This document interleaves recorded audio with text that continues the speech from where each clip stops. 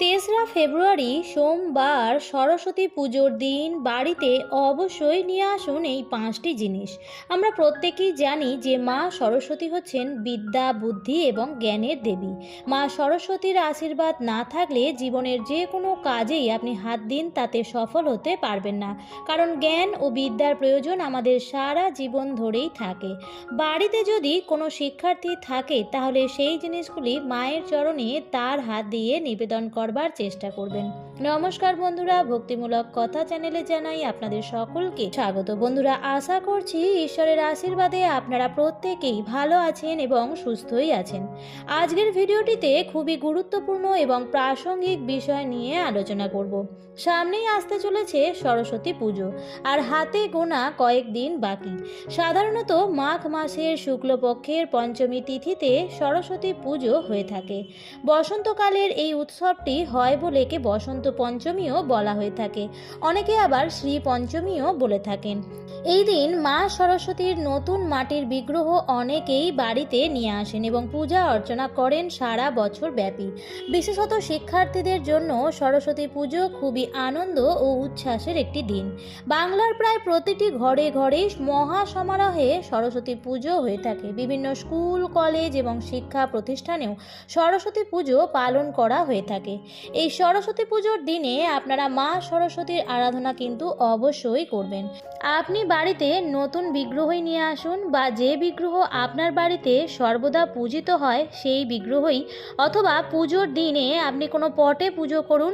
যেইভাবেই মায়ের পুজো করুন না কেন বন্ধুরা, মা সরস্বতীর চরণে কিন্তু এই 5টি জিনিস অবশ্যই নিবেদন করবেন। সরস্বতী পুজোর দিনে এই বিশেষ জিনিসগুলো কোনো শিক্ষার্থীকে দিয়ে নিবেদন করবার চেষ্টা করবেন, তাহলে সে তার শিক্ষা জগতে আরও বেশি সুনাম পাবে ও সফল হবে। চলুন বন্ধুরা, আসা যাক মূল পর্বে।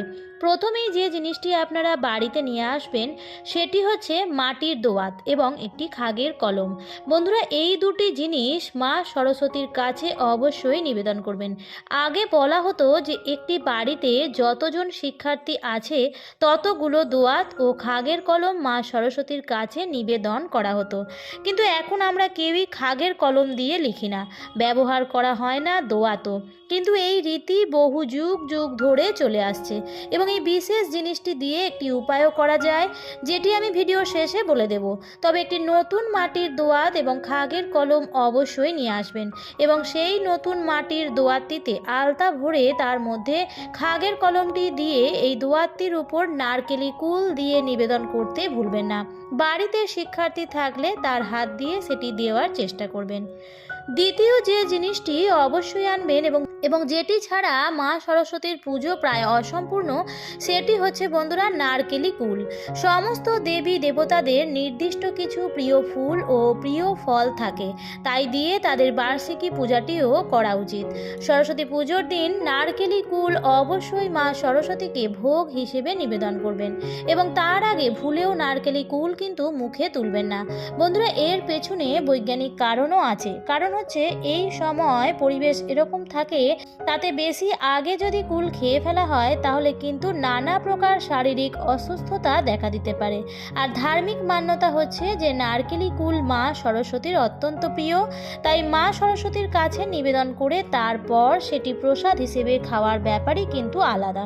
তাই সরস্বতী পুজোর দিন মা সরস্বতীর কাছে নারকেলি কুল নিবেদন করতে কিন্তু ভুলবেন না। তাছাড়াও মা সরস্বতীর প্রিয় ফল হচ্ছে শাঁকালু, শশা ইত্যাদি জিনিসও আপনারা অর্পণ করতে পারেন। অনেকের বাড়িতেই জোড়া সবজিও নিবেদন করা হয়। সবজি বলতে যেমন জোড়া সিম বা জোড়া কড়াইশুঁটি এরকমও নিবেদন করা হয়, তবে যাদের বাড়ির যেরকম নিয়ম। তবে নারকেলি কুল কিন্তু সবাইকেই অর্পণ করতে হয়।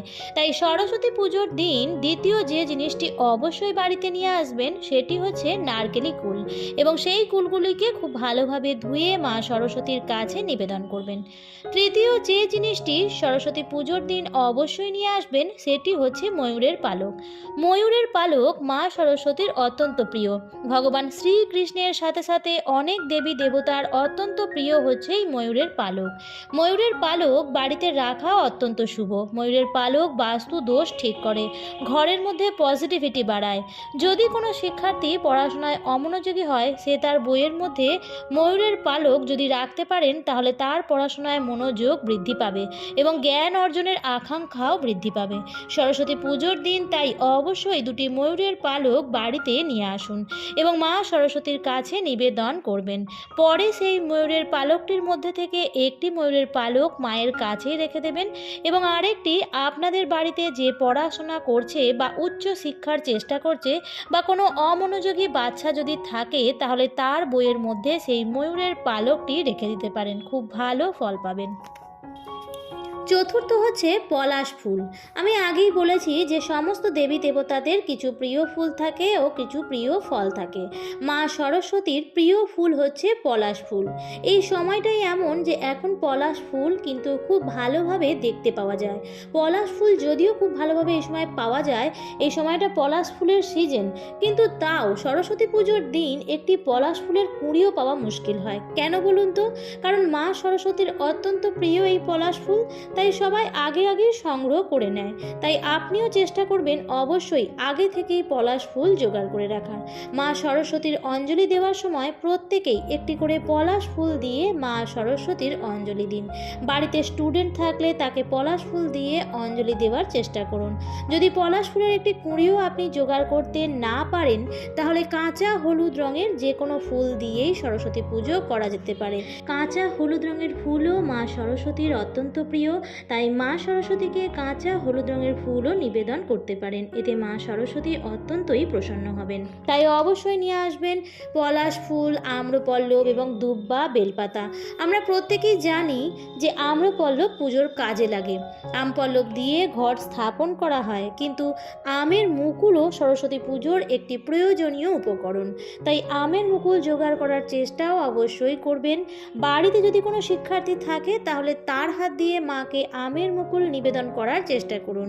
এই জিনিসটিও মা সরস্বতীর অত্যন্ত প্রিয় এবং মায়ের পুজোয় অবশ্যই লাগে। ভিডিওর শুরুতেই আমি বলেছিলাম যে মাটির দোয়াত এবং খাগের কলম অবশ্যই মা সরস্বতীর চরণের কাছে নিবেদন করবেন। বন্ধুরা, এই দোয়াতটি আলতা দিয়ে পূর্ণ করবেন এবং এই দোয়াতের মধ্যে যে আলতাটি আছে, সরস্বতী পুজো হয়ে যাওয়ার পর যে শিক্ষার্থী বা যারা স্টুডেন্ট আছেন সেই দোয়াতের মধ্যে থেকে আলতা নিয়ে সেই শিক্ষার্থীদের কপালে তিলক দিয়ে দেবেন। বন্ধুরা, যদি আপনারা এই আলতাটি সুন্দরভাবে সংগ্রহ করে রাখতে পারেন তাহলে সারা বছর ব্যাপী কোনো ভালো কাজে যাওয়ার আগে সেখান থেকে সামান্য পরিমাণে আলতা নিয়ে কপালে ফোঁটা দিয়ে কোনো ভালো কাজে যেতে পারেন, তাহলে কিন্তু সেই কাজে অবশ্যই সফল হবেন। আপনারা সরস্বতী পুজোর দিন সকাল সকাল শয্যা ত্যাগ করবেন এবং স্নান সেরে নেবেন। অনেকেই এই দিন কাঁচা হলুদ মেখে স্নান করেন এবং শুদ্ধ বা নতুন বস্ত্র পরে মা সরস্বতীর আরাধনা করা উচিত। কাঁচা হলুদও মা সরস্বতীর কাছে আপনারা নিবেদন করতে পারেন। আর সরস্বতী পুজো হচ্ছে শুধুমাত্র শিক্ষার্থীদেরই নয়, সকলের আরাধ্যা দেবী। তাই সরস্বতী দেবীর আরাধনা কিন্তু সকলেরই করা উচিত, কারণ জীবনের জ্ঞানের প্রয়োজন কিন্তু কখনোই শেষ হয় না। সর্বদাই আমাদের জ্ঞান অর্জন করতে হয়, নয়তো আমরা জীবনের ক্ষেত্রে কখনোই সফল হতে পারবো না। আমার আজকের ভিডিওটি এই পর্যন্তই। ভিডিওটি দেখে যদি ভালো লাগে তাহলে অবশ্যই লাইক, কমেন্ট এবং শেয়ার করতে ভুলবেন না। এবং এই ধরনের আরও ভিডিও পেতে অথবা আপনি যদি চ্যানেলে নতুন হয়ে থাকেন তাহলে অবশ্যই চ্যানেলটিকে সাবস্ক্রাইব করে পাশে থাকা বেল আইকনটির অল লেখাটিতে ক্লিক করে দেবেন। আবারও দেখা হবে পরবর্তী নতুন কোনো ভিডিওতে। ভালো থাকবেন, সুস্থ থাকবেন। ধন্যবাদ।